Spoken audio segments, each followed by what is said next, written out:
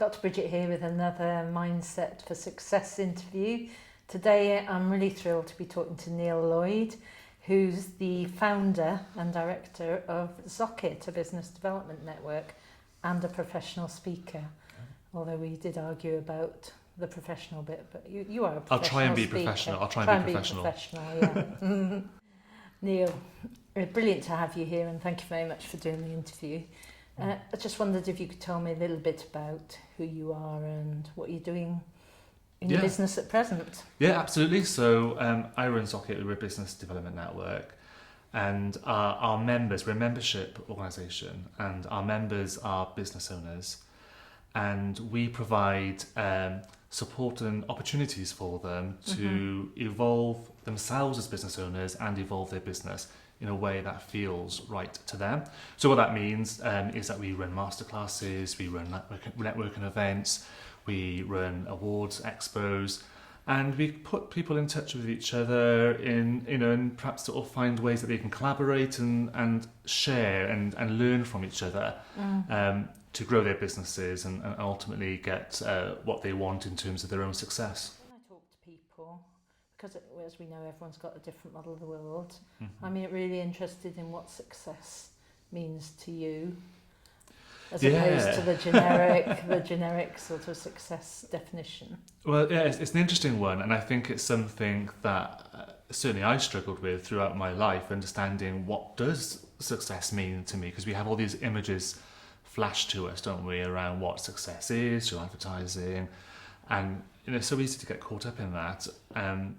And it wasn't really until a few years or so ago when I had a near-death experience, and I was in a glass lift, an external glass lift on the top floor of a very high tower in Tokyo, and the whole lift started to shake. And long story short, there was an earthquake, and at that point, I was lucky really to walk away. And that moment, I really thought, gosh, no, this isn't a rehearsal. This is, we got one life, we need to make it count. Yes. And it forced me in a way to sort of crystallise me to sort of think and put things into focus and try and come to an understanding about what success does mean to me.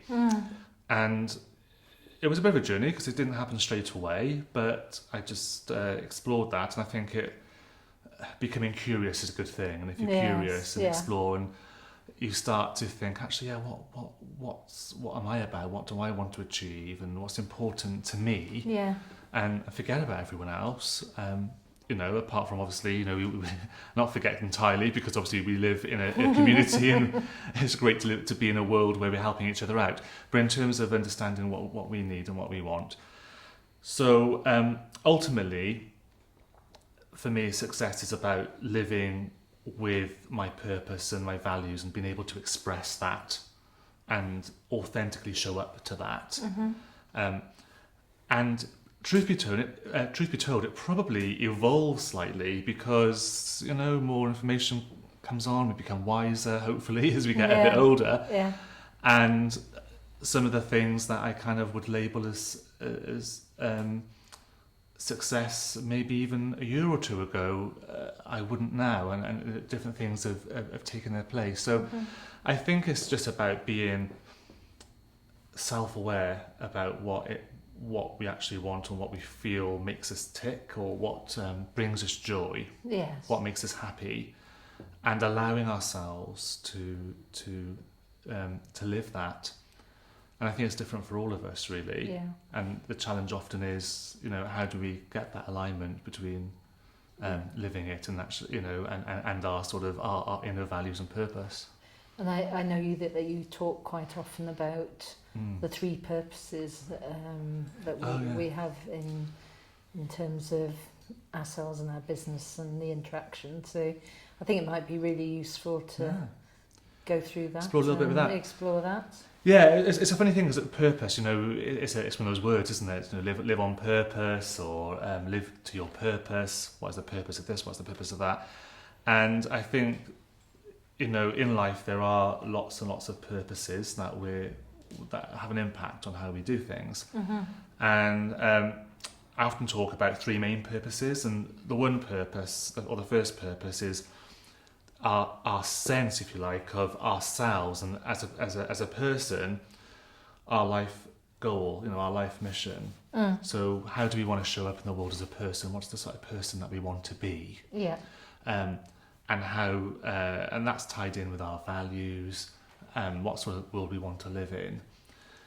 And it kind of really, that sort of filters across all aspects of our life. And then for people who perhaps have a business or maybe a career, a job, there'll be a purpose associated with that specific activity. And whether we're in business or we have a career, it takes up a lot of time. It's a good 40 plus hours a week, many more for some people. And so the second purpose is about, what is the purpose of your business or your role? What is that actually doing for the world? What is it trying to achieve, and is it achieving it? Is it clear? Yes. That and are we actually meeting that purpose, or is there a path to meet that purpose? So we have then, that's quite often aligned to our general life purpose, the first purpose I talked about. And sometimes when there's a misalignment there, it can, perhaps I think people can feel a bit demotivated, or they can feel they're not perhaps living on purpose. Yes. And then thirdly, I often talk about the types of purpose, the sort of benefits, if you like, that running a business or having your job gives you. So they kind of sort of knock-on effects or knock-on purposes. So this might be about some of the reasons that you do what you do is because you maybe want, and the way you do it maybe is because you want more free time, or you want to spend more time with the family, or you want a certain quality of life, or perhaps you want to give money to charity, or you want to live in a certain place in the world. So there's also these additional kind of reasons that come out of why we do what we do. And I guess businesses and people in business can lose sight of those three things and get out of line and then get stuck and, as you say, demotivated. Yeah, absolutely. In one of these downward spirals. Yes. Yes, I've been there. I think, you're right. I think it's, there's a lot going on. Life is complicated and simple at the same time, and I think when we sort of forget some of those elements of those different purposes, it can feel maybe that things aren't quite sitting right with us, or we can feel a bit jaded. So has that happened to you? Yeah. And have you got any examples? Yeah, of where absolutely. You lost sight of what was actually? I think for me, I mean, one of the businesses that I ran quite some years ago was a digital marketing consultancy, and I had the idea that I had in my mind that I really wanted the lifestyle, the digital nomad lifestyle. I wanted to be traveling the world. I wanted to be with a laptop on the beach, and helping people, business owners and other people directly to help build their website, get their digital marketing strategies in place, and it really excited me. And then I did it, and it worked, and I was living, as I was moving around, and I was free of shackles and all this kind of stuff. But I realised it wasn't for me, and it was a sort of realisation that I thought, well, do you know what? I'm travelling around. It's very transient. I didn't feel I was making meaningful relationships with people, which I realised was really important to me. And I just sort of designed this business, which served what I thought was my third purpose, this idea of the reasons. But actually, I'd forgotten the sort of purpose 1 and purpose 2 that I talked about, which is about the, my life purpose and the business purpose. And the digital marketing went off track a little bit in terms of I was working with clients. Perhaps that really wasn't the type of client that I was really wanting to work with. And then I realised actually the reasons I was doing it weren't even, I wasn't even happy with anymore. And actually, at that point I thought, you know what, this is time now to let that go. I've explored it. I enjoyed it for a little while. But then ultimately it wasn't for me. So you talk about that at that point. So do you remember where you were at that point when that light bulb moment sort of at What that am I point, doing? I think, yeah, actually, Where were you? my memory is really, really sketchy at the exact point, because I think there was probably a few elements of that. But I remember thinking, I was in a sort of lovely cafe, and I think I had this lovely view over some water, and I was tapping on my laptop, and I thought, do you know what? After a couple of hours of this, I was really bored, and I thought, and because I didn't really know anyone in that area, it wasn't like I could easily have a face-to-face meaningful conversation other than small talk with people in the cafe, and I know that was quite nice. You met people, I met lots of people, but I might meet them once and that was it. Yes. And I think I realised that actually, a lot of the exciting stuff about life actually is under the surface, and some of the stuff that I think we want to initially, sometimes it's not actually maybe all it's cracked up to be, and actually there's lots of hidden treasures that we completely forget about. And have you found any of those sort of hidden treasures under the surface, and is that now, Yeah, absolutely. are you living with your purpose now, I guess? Yeah, I do. I feel that way. And it's still, I'm not saying I've cracked it or anything like that. I don't think it's, and I don't think maybe the total aim is to ever be there. I don't think we ever fully reach there. We kind of we're always moving towards it. And I think the moving towards it is actually almost a destination in itself. Yeah. And it's keeping moving towards. That's important.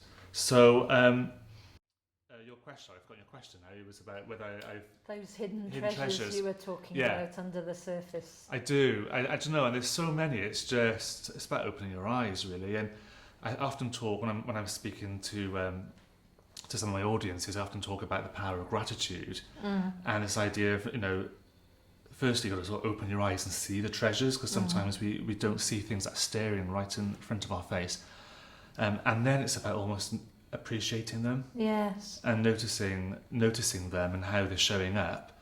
And it's thinking, quite interesting, because I was sitting just this morning. It's a similar sort of thing. I've been so busy and preparing for business shows and clients and NLP courses, etc. And I didn't actually get out of bed until 8:30, so I was there with a cup of coffee. The telly was on, the new puppy was creating havoc with the older dog. And I thought, I'm really happy doing just this. And, you hop out of bed in the morning and you go and do what you always do, and you forget what is it that actually makes you happy, I think, and being grateful for that. So absolutely. Sorry to no, put that in. That's but perfect, was, Sometimes it's great, and sometimes it can be, very, very simple things, like you've got a roof over your head and you're warm and you're fed and you're watered, and just getting out of a comfortable bed after a nice night's sleep, and you put your feet on the carpet for the first time, and you take a nice breath in, and you think, we've got a great day ahead. It's what the puppy does, actually. It's what the puppy does. It's Dorothy. Dorothy. So she races around, and you sort of keep her in one place, and she goes. And it's almost like, okay then. Yes, well, I think puppies taking time. Puppies are masters of happiness, and I think we can learn a lot from a puppy, for sure. But I think it's about understanding, and sometimes it can be big things that you can be grateful for, even just little things. Like you met someone, or someone's shown you a kindness. Yes. And just the people in your life, and exploring, whether it's business or life. I mean, that sort of human relationship, or your relationship with pets and animals, it shifts, it changes, it moves. There's always something new to explore and to find and discover about each other and ourselves. It's an endless joy, really, and I think sometimes we get pulled away from that, and we start perhaps, maybe for me, I could be focusing on the wrong things, maybe, and I start thinking, hang on, whoa, let's stop now. Let's go back. Notice it. Let's go back to what's important. So, I'm interested, because I know you've had quite a varied career. Yes, I've been around the block. Including the NHS. I have, yes, I have. And I'm just wondering, what are the sort of, the things that have motivated or challenged you as you've grown up, sort of, from when you were really little to where you are now, and what are the sort of key motivators and the key challenges? Challenges and motivators. I think in terms of motivator, I've always been motivated myself in having the ability to be able to think and do and explore and express. No. And I think and freedom's a big value of mine. And I think when that comes into fire, I notice that challenges my sense of well-being. So I sometimes need to recognise that if I'm setting goals or I'm setting challenges, that actually it kind of leads to more choice for me rather than limiting my choice.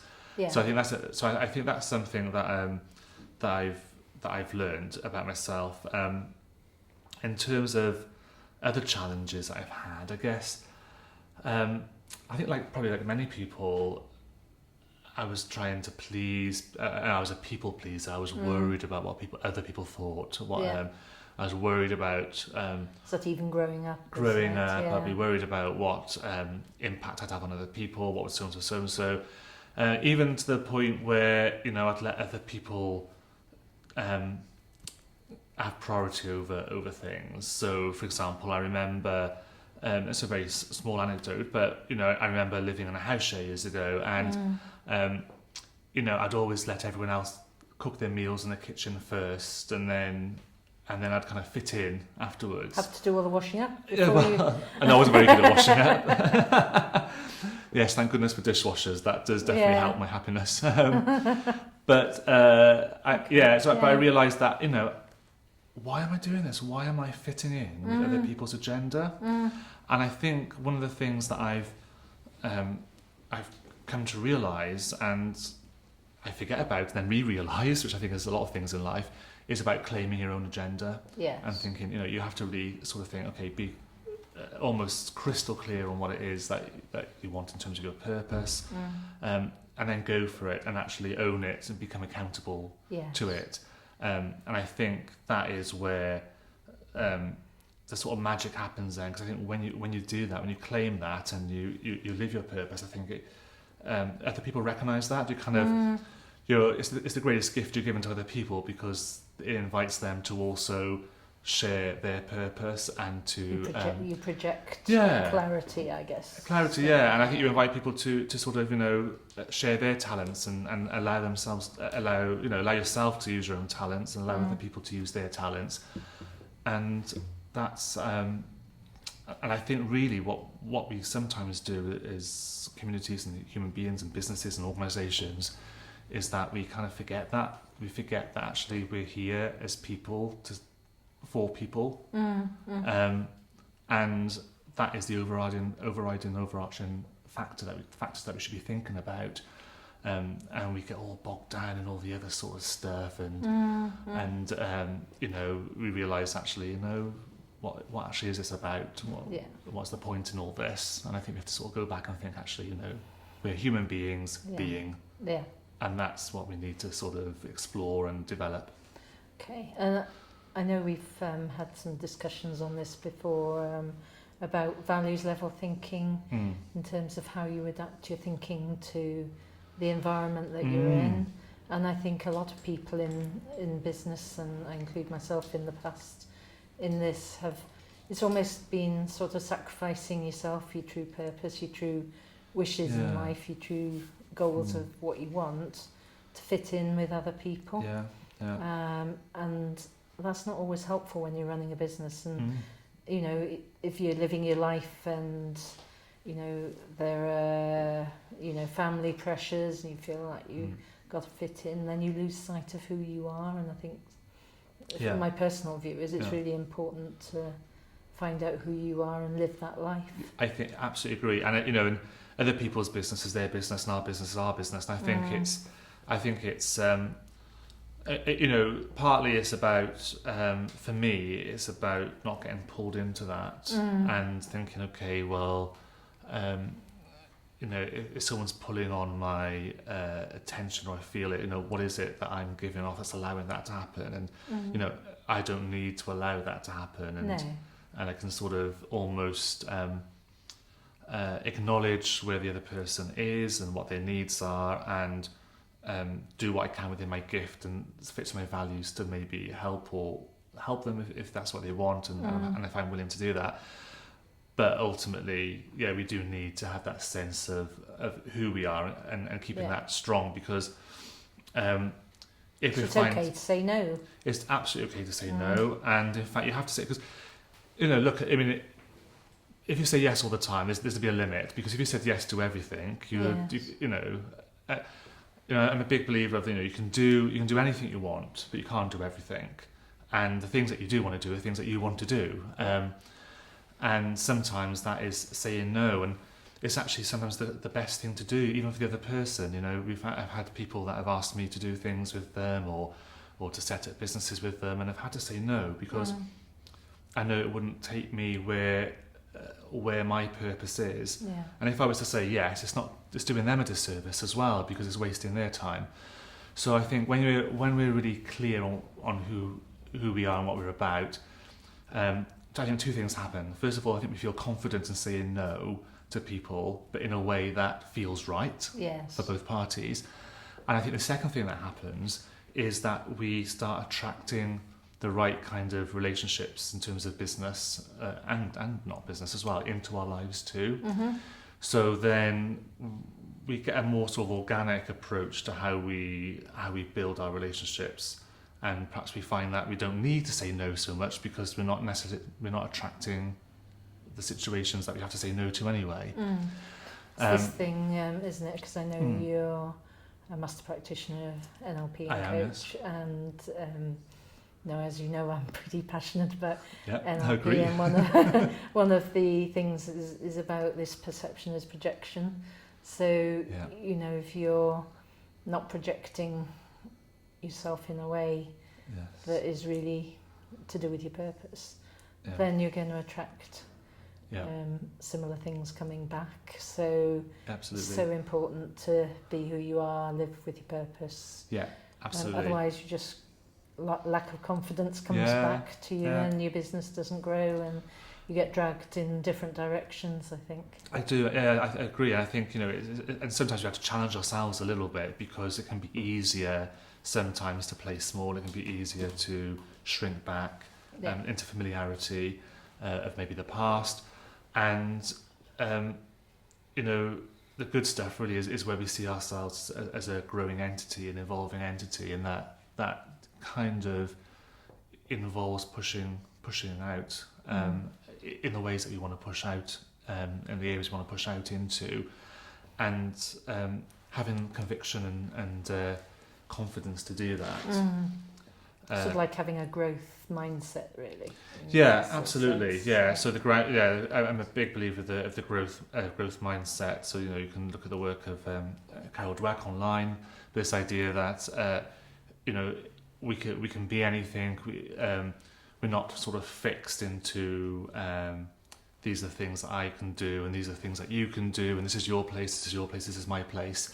It's a very reductive way to be, when in fact, if we embrace the fact that actually, we can develop ourselves, we are enough as we are, we can develop ourselves as well, and we can find ways of achieving the success that we want.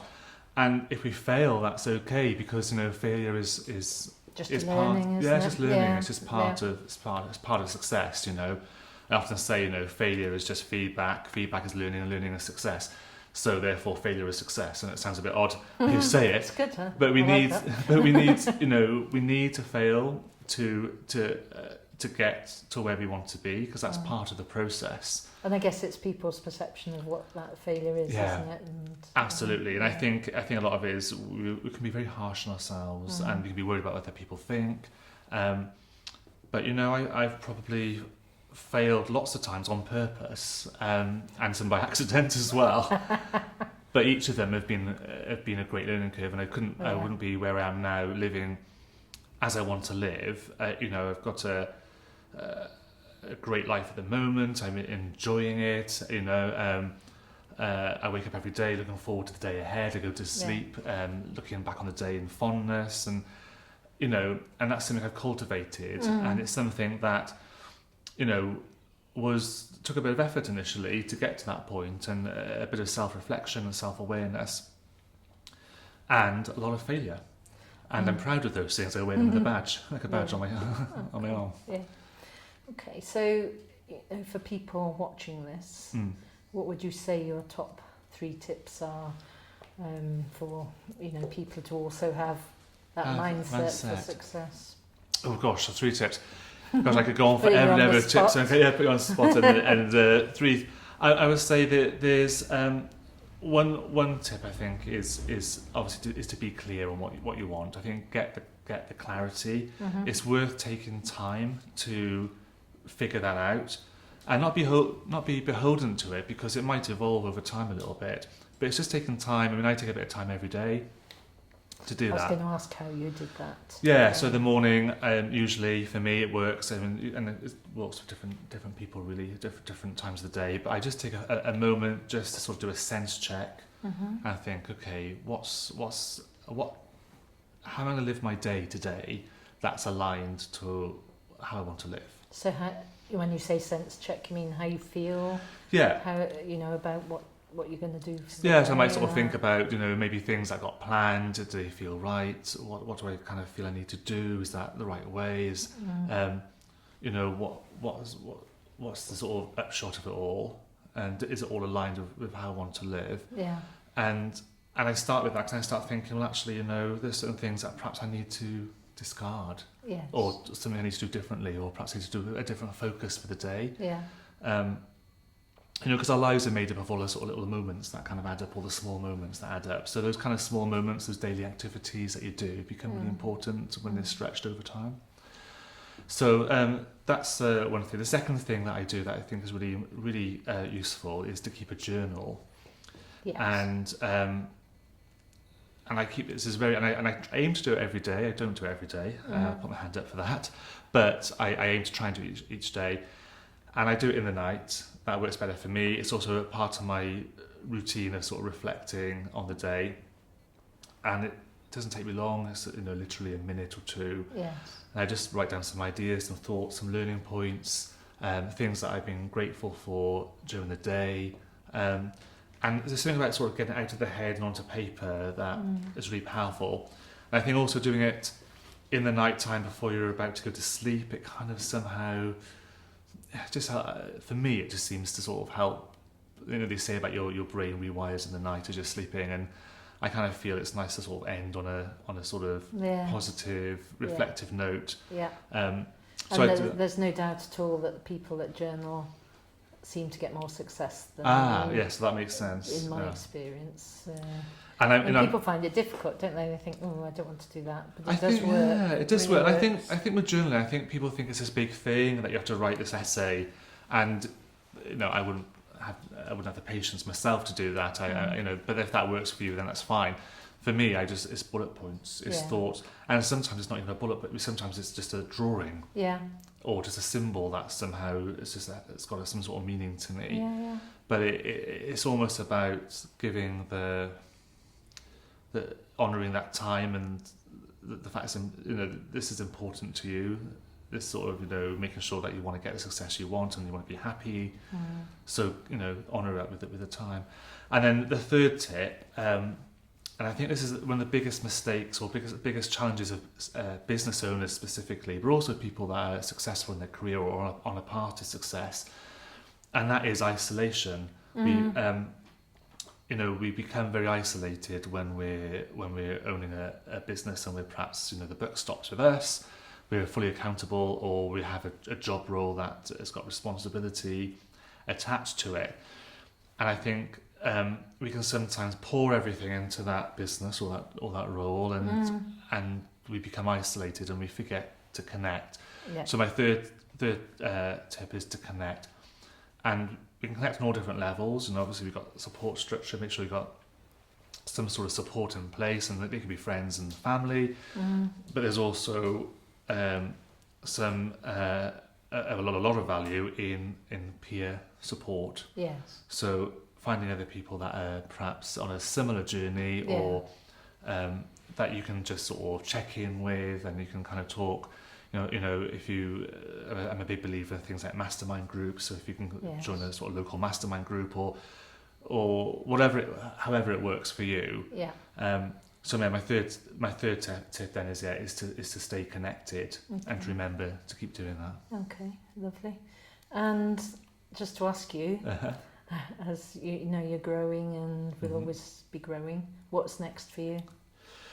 Oh gosh, next in terms of the business. I mean, for me, I mean, I always like to keep an element of surprise in my life. I think for me, surprise is really important, and it's so I always like to leave a little space for things that might crop up that I think actually that's interesting. Yeah. But in terms of business, yeah, we are rapidly expanding at the moment, which is absolutely great. I'm really lucky, and I suppose we're doing more of that. So we're kind of growing now.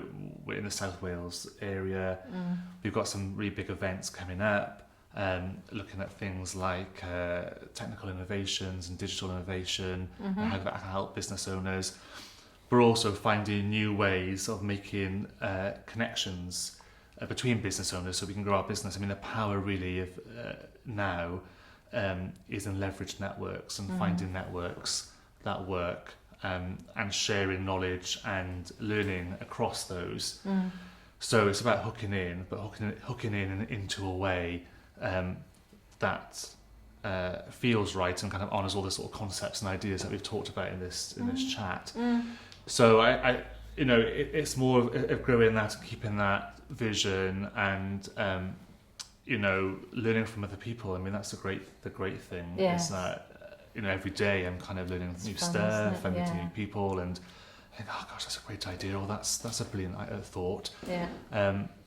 So I think it's, you know, it's seeing where that goes, and really excited about that. Yes. Cool. Okay, well, thank you very much for that. That was an Thank you. interesting interview, and I've taken a lot from that. And I think one of the things that I'm going to do, because your three things were about being clear, taking time out with that, and journaling, and then connecting. And I think, you know, yourself included, I've got a lot of connections that support me and that I help to support. One of the things that I'm doing for my clients at the moment is creating a journal, and it's just this chat as well has brought into mind that maybe I could be a little bit more consistent with my journaling, and because as I say to everyone, it works, and so I need to become more consistent. And so thanks for that reminder, and thank you very much for the interview. Well, thank you for having me. It's been a pleasure. Thank you. Thanks, Bridget. So that was Neil Lloyd giving a very insightful and really useful interview, of which I've taken quite a few things back myself. I'm wondering what you've taken from it. Please let me know. If you need any help getting unstuck, or you want to be interviewed, or you know, you have any views yourself on success, get in touch with me. My details are at the end of the video.